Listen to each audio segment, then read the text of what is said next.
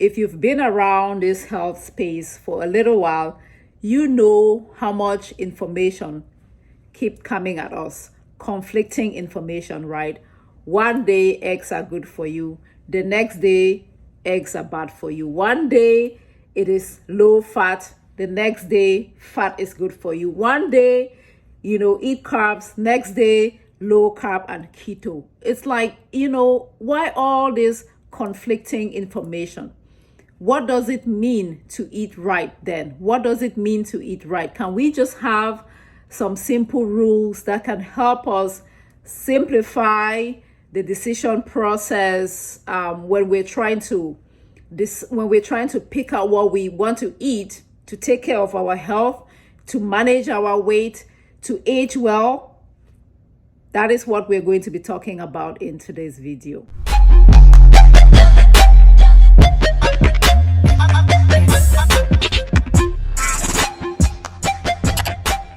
Welcome. If you have not been here before, my name is YAJE and I am very passionate about wellness, about helping people, especially women, to practice what I call the new self-care, which just means eat right, move right, spend some quiet time, cultivate nourishing relationships, and of course, pamper ourselves as well. So I share all of that here, wellness, and I also share gardening videos. Recently, I have been talking a lot about this new form of self-care, which I just listed. And so I want to take a deeper dive into what it means to eat right in today's video. And then for the rest of the month of August, I'm going to be taking deeper dives into the other pillars of the new self-care.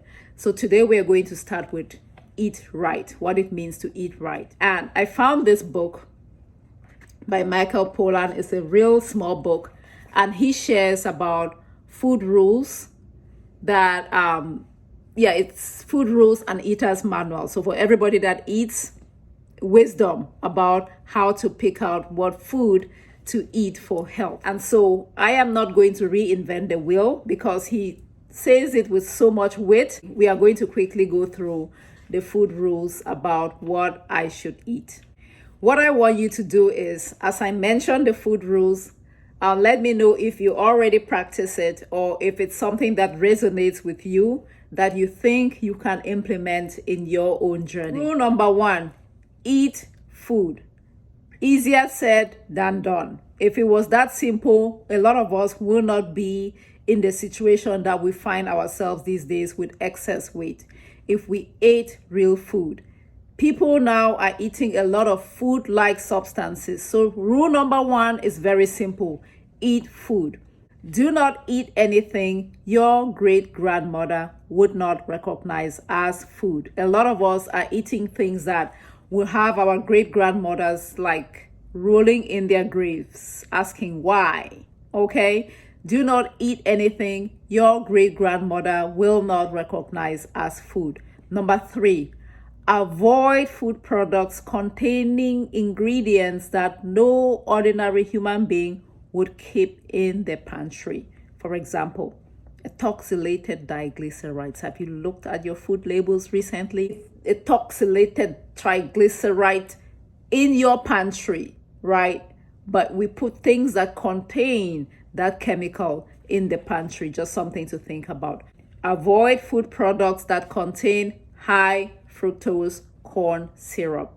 High fructose corn syrup is poison. Number 5, avoid foods that have some form of sugar or sweetener listed as the first 3 ingredients.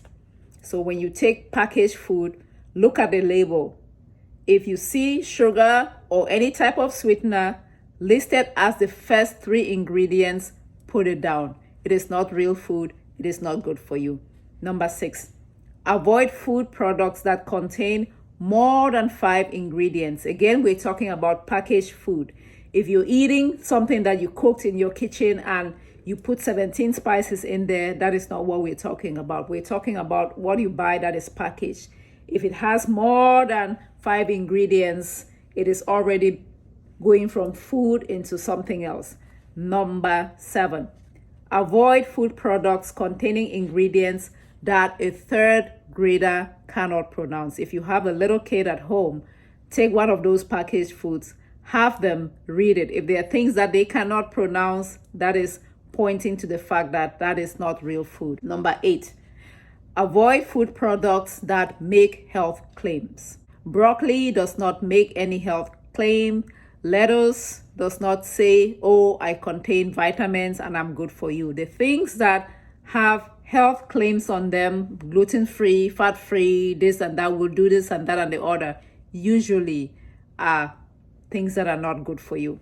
Number 9, avoid food products with the word light or the terms low fat or non-fat in their names. Why? Because when they take out the fat, they replace it with something else, and that something else is usually not good for you. Number 11, avoid foods that you see advertised on television.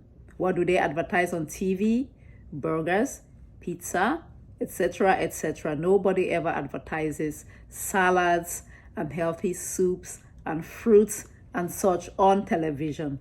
Number 12, shop the peripheries of the supermarket. Shop the outsides of the supermarket. What do we have there?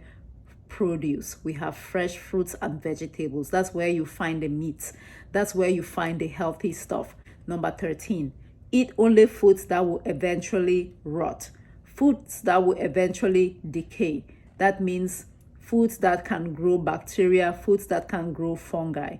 If the bacteria and the fungi don't even want your food, that should tell you something. Number 14, eat foods made from ingredients that you can picture in the raw state or growing in nature. I've never seen Doritos or Cheetos growing in nature. So if you can picture it in the raw state, it is likely real food. Number 15, get out of the supermarket whenever you can. That means shop from the farmer's market. That means grow your own garden and get your food from there. Number 16, buy your snacks at the farmer's market. At the farmer's market, it means that you're going to get healthy stuff. You get maybe fruits as your snacks, your vegetables, instead of sweets and treats. Number 17, eat only foods that have been cooked by humans, not by some corporate entity somewhere. Number 18, don't ingest foods that are made in places where everyone is required to wear a surgical cap. Same thing about factory processed foods. Number 19, if it came from a plant, eat it. If it was made in a plant, don't. So if it came from a plant, you grew it, you got it from the farmer's market, it is real food. If it was manufactured in a factory, in a plant, it is likely not real food. Number 20, it is not food if it arrived through the window of your car. If it arrived through the window of your car, as in drive-through, or these days Uber and all of these things, if that's how you get your food, fast food, it is really not good for you. I hope you found something that was interesting. Again, those food rules came from this book by Michael Pollan. I'm going to leave a link in the description box if you want to pick up a copy. He really puts some food wisdom very succinctly, something that you can take and implement. Thank you so much for watching. Let's continue to practice self-care because it is not negotiable. Choose self-care always and eat right. Bye-bye.